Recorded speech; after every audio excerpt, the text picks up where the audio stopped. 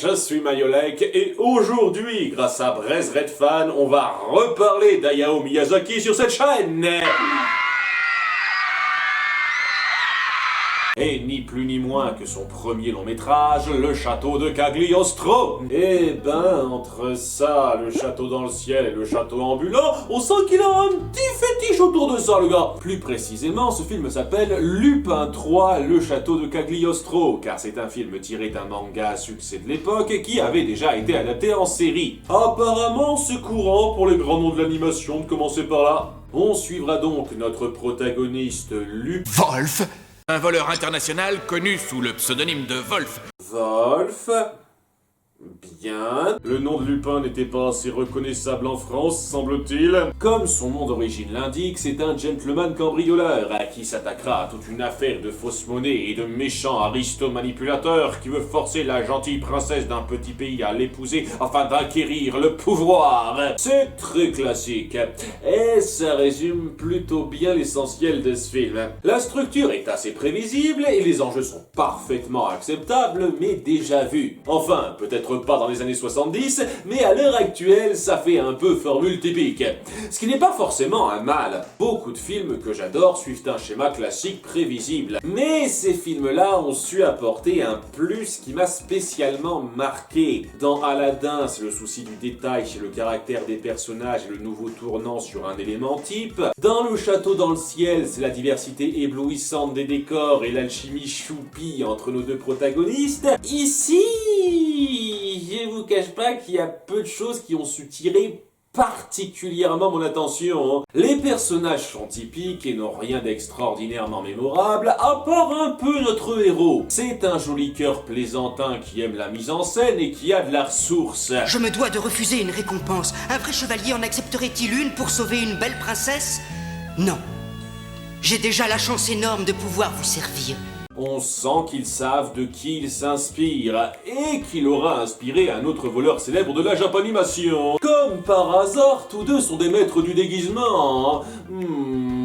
Ça voulait transposer Arsène Lupin à l'époque moderne, et ce protagoniste le rend bien, il porte sympathiquement le film. À côté de ça, les autres personnages font le taf sans beaucoup plus. La demoiselle en détresse est suffisamment attachante pour qu'on veuille qu'elle soit sauvée. Le méchant, qui est entouré du Black Ku Klux est suffisamment imposant et posé pour que sa menace ait un impact, ce qui ne l'empêche pas d'avoir ses bons petits moments de clichés classiques avec le fameux Tout se déroule exactement selon mon plan. et le bon gros rire sardonique syndical.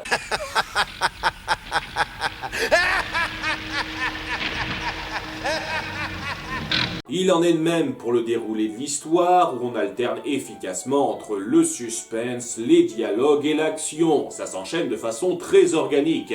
Tout ça est parfaitement solide, mais j'avoue que ça m'aura moyennement marqué.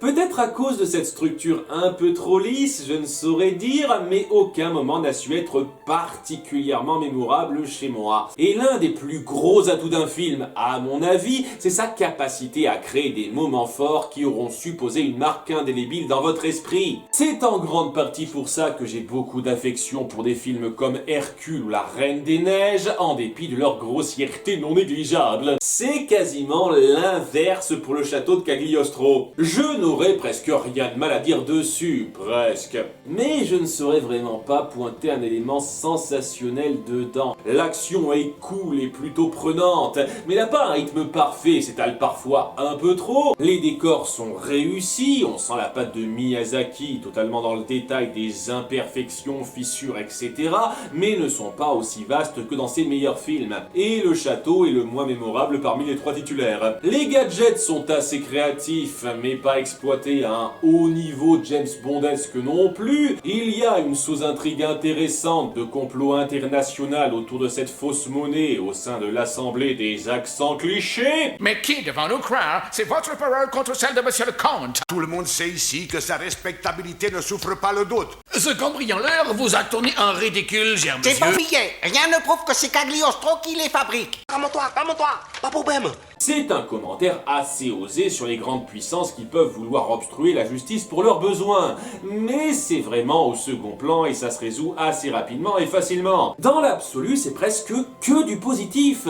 Mais pas du grand positif. Tous les ingrédients d'un film calibré et réfléchi sont là. Mais ça manque un petit peu de panache, si j'ose dire. Après, le négatif est un peu présent quand même, avec pour commencer, la petite théâtre du chipotage.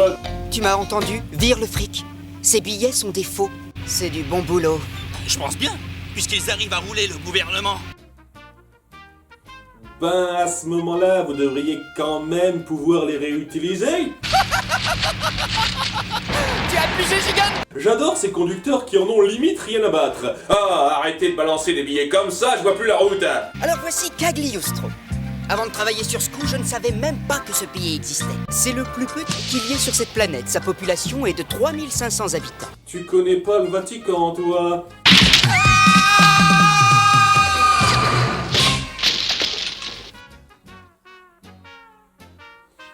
Il devrait être mort là. Est-ce que ça va, Wolf? Parfaitement bien, merci. Pour découvrir les intentions du comte, j'ai dû m'éclipser quelques instants. Eh ben, j'ai de la chance qu'il y ait des pics qui sortent des parois. Mon Dieu, mais qu'est-ce qu'on va faire? Le nourrir, tout simplement.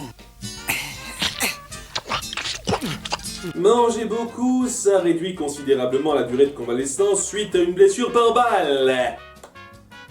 Je savais pas. Et pourquoi on lui bande la tête alors qu'il s'est fait tirer dans le torse? C'est peut-être une séquelle à retardement du coup du début de film. Il est là-haut!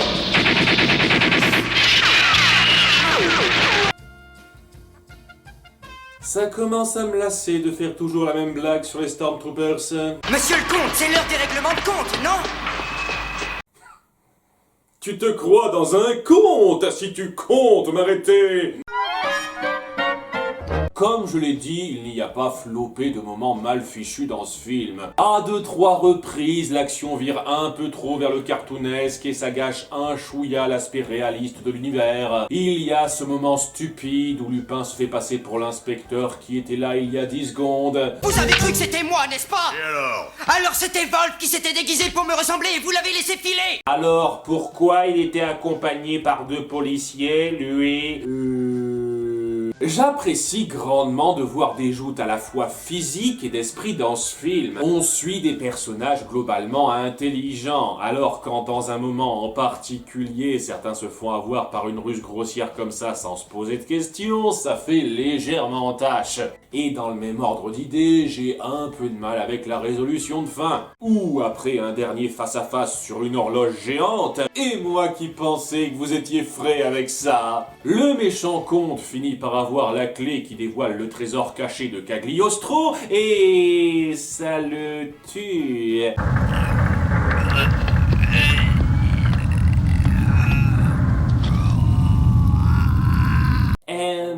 Est-ce que c'était un mécanisme prévu pour le tuer ou pas? Je dis ça parce que soit c'est le cas, et à ce moment-là c'est très mal mis en scène, et je comprends pas pourquoi celui qui résout l'énigme du trésor devrait crever juste après, soit ça voulait pas le tuer, et notre grand méchant devient très con subitement. Je veux dire, qu'est-ce qui t'empêchait de t'accrocher de l'autre côté de l'aiguille? T'avais largement le temps de le faire. Tu quittes pas la scène sous ton meilleur jour, mec. Sincèrement, c'est tout ce qu'il y a de réellement mal à dire pour moi. Et globalement, ça me ferait mettre une meilleure note que celle que vous verrez à la fin, si ce n'était pour une dernière chose. Ça part un peu du principe qu'on connaît Lupin 3 à la base. On voit tous ces personnages récurrents et leur dynamique nous être balancés nonchalamment sans vraiment prendre le temps de nous y acclimater. Du genre, je suis censé avoir une réaction particulière en voyant ce samouraï débarquer comme ça pour participer tranquille à la fête. Oh, Lupin et cet inspecteur ont une rivalité de longue date et c'est extraordinaire qu'ils doivent faire équipe dans cette situation. J'imagine, vu que cette rivalité, vous l'instaurez pas. Incroyable! À cet endroit, il rencontre cette rivale cambrioleuse avec qui il a un passif! Tu saurais où elle est par hasard? Je te le dis à la seule condition que tu ne me gênes pas dans mes petites recherches, compris? Je ne m'occuperai que de mes affaires, je te promets. Oui, tu parles. Ah, ces deux-là, toujours les mêmes! je crois. On estime que la dynamique instaurée entre tout ce beau monde est connue, ce qui fait que le néophyte de la série que je suis entre plus difficilement dans l'ambiance. Et là, c'est 100% subjectif comme appréciation. Il m'arrive d'adorer des films tirés de séries en connaissant la série de base, donc je peux aisément comprendre que ce ne soit pas un frein pour d'autres, voire l'inverse. Mais on parle de mon opinion, et en tant que non-connaisseur de Lupin 3, c'était un frein. Dernier mot rapide pour vous recommander davantage la VOST. Pour changer, certaines répliques font un peu plus nunuche en français. Je ne vous oublierai jamais tous les deux. Vous êtes mes amis.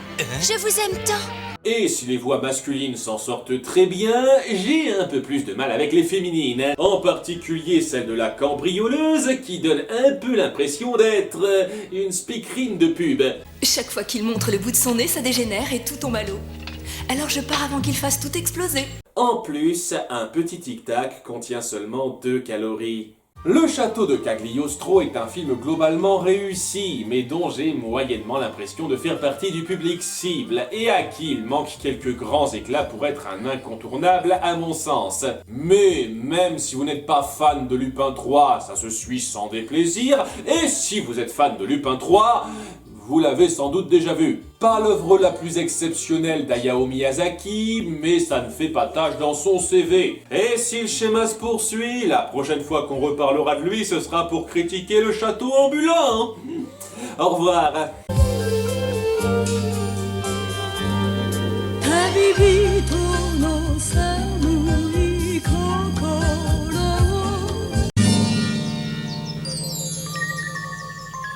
Oh putain, Oula, articule mieux, pense au classement d'âge de votre film.